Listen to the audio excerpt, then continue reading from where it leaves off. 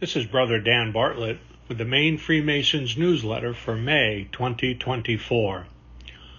If you still got hair, don't tear it out. Man therapy, anxiety. Man therapy, anxiety. Well, here we are, once again, on the doorstep of another annual session. I'm looking forward to seeing those of you who do attend, because aside from the business we need to accomplish, it's a social event as well, where we can all renew connections and catch up with friends, even if only for a brief time. For those who can't join us this year, know that you will be missed and fondly remembered. And for those who never attend, you are part of our fraternity of friends and brothers, regardless of attendance at the annual session, and we are grateful for your membership. See you in Lewiston. Here's what's happening. The Maine Masonic Charitable Foundation is once again kicking off the fundraising year with a matching challenge. A small group of generous brethren have pledged more than $15,000 in matching funds if we raise $15,000 by the end of annual communication on May 7th. Lodges were sent specially marked envelopes, and there will be more available at the session if you wish to donate. Every dollar helps, and this matching challenge is dedicated to brotherhood and relief funding. Please consider a contribution. One more time, the annual communication is on May 7th this year and will be held at Cora Shrine, 11 Sabattis Street in Lewiston. We will be opening the Grand Lodge at 9 a.m., conduct our required business, and install the Grand Lodge officers at the conclusion of the session. Parking is available not only around the Temple building, but also in the large parking lot right across Sabattis Street behind the 287 Main Street Plaza building. For Lodge Masters, make sure if your Lodge proxy is attending the vote that he has the completed proxy paper in his possession when he walks in the door at Cora. Being prepared makes the checking in process flow smoothly. It is also helpful if you know which Lodge officers are attending. Coming to register together makes it even better. If you have questions, reach out to us before Tuesday. Asking questions on Tuesday morning when you're in front of the credentials committee and there's 20 guys behind you waiting gets everyone on edge. You can also review Section 2.2 of the Constitution.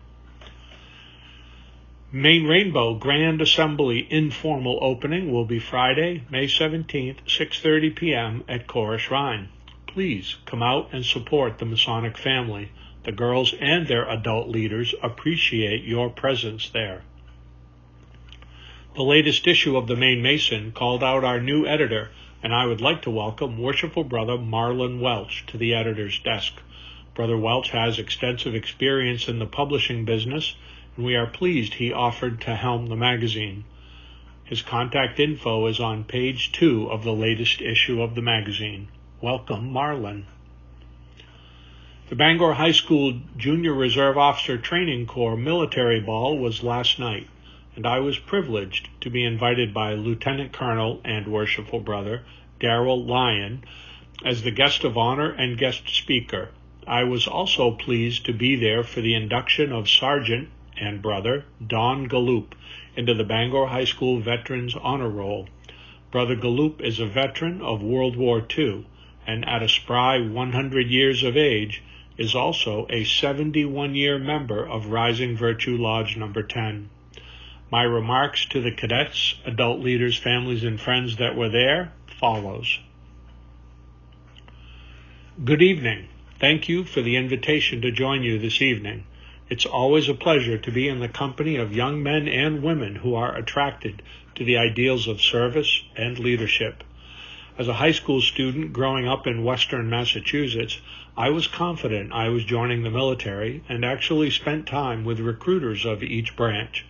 I settled on the Coast Guard when the recruiter from the Coast Guard, Chief Petty Officer Baron Paul, yes, you will always remember those important people who pointed the way, said to me, "In the Coast Guard, we train every day, for the job we do every day. So off I went, flying in an airplane for the first time in my life at 18 years old to Philadelphia, and then a bus to Cape May, New Jersey for basic training, and then on to a 22-year career in the U.S. Coast Guard. So what did I learn about leadership in the past 40-plus years? I'll be brief, as I could spend a great deal of time talking about leadership and what I've learned. So here are a couple of thoughts. To quote President George Washington, quote, "It is the actions and not the commission that make the officer, and that there is more expected from him than the title," end quote. Your actions as leaders every day, not just on the hard days, will determine your reputation. President Washington was convinced that much of the success of our new nation was riding on his reputation as a man of integrity and honor, and he diligently conducted himself to not weaken his reputation. Always guard your reputation. For me, leadership is really a daily thought process, and I challenge all of you to be a student of leadership all of your life. As the current head of a 13,000-member fraternal organization, I am often confronted with challenges that are created directly by the actions of our membership. I don't have all the answers, but I have surrounded myself with others who are intelligent, thoughtful, and won't hesitate to speak truth to authority. Together, we always come up with a workable solution to our problems through good communication. Communication is one of the most important things we engage in. Poor communication begets poor leadership. What you say and how you say it makes an impact. What kind of impact that is will be up to you. We call someone leader not because they are in charge.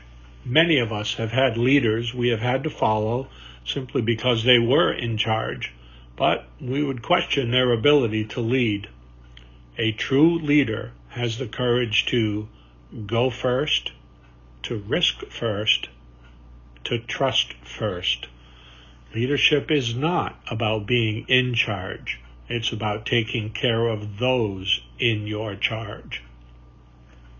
When you do this, you are also inspiring others around you to conduct themselves in the same manner. The last is humility, that great and good thing that can't hurt you and only makes you stronger. Any of us in leadership roles have been humbled from time to time, and you will be too. There's a story about a former Undersecretary of Defense who was to give a speech at a large conference. He took his place on the stage and began talking, sharing his prepared remarks with the audience. He paused to take a sip of coffee from the styrofoam cup he'd brought on stage with him. He took another sip, looked down at the cup, and smiled. "You know," he said, interrupting his own speech, "I spoke here last year. I presented at this same conference on this same stage.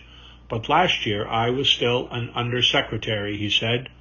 "I flew here in business class, and when I landed, there was someone waiting for me at the airport to take me to my hotel. I arrived at the hotel," he continued. "There was someone else waiting for me.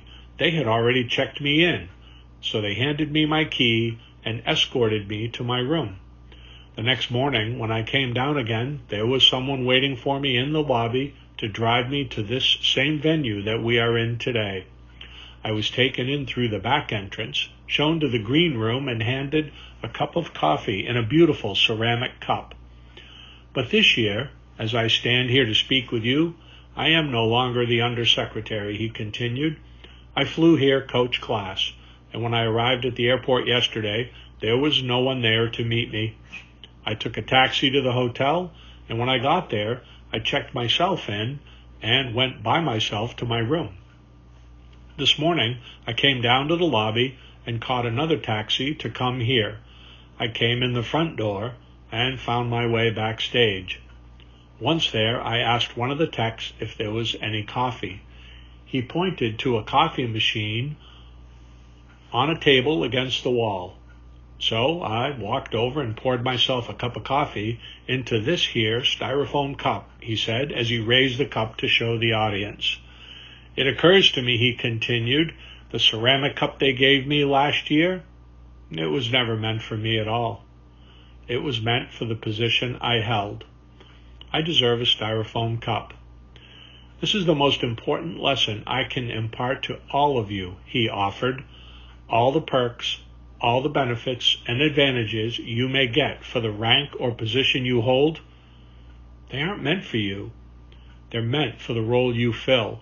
And when you leave your role, which eventually you will, they will give the ceramic cup to the person who replaces you, because you only ever deserved a styrofoam cup. So, guard your reputation, communicate well, and lead with humility as you take care of those in your charge. Thank you again for the invitation to join you this evening, and I wish each and every one of you a lifetime of successors wherever you land in this world. Closing thoughts. Thank you for reading or listening to me for the past 2 years. The pleasure and privilege have been mine to serve as your Grand Master. As I take my leave of this office on Tuesday afternoon, I will take with me the wonderful memories of events, friends, brothers, and my coffee in a styrofoam cup. Thank you from the bottom of my heart for your kind words and well wishes. Remember, we are all part of something much bigger than ourselves. We are Freemasons. Live honorably every day. Take care of yourselves, take care of each other, and be proud of your membership in this great organization of good and civil men.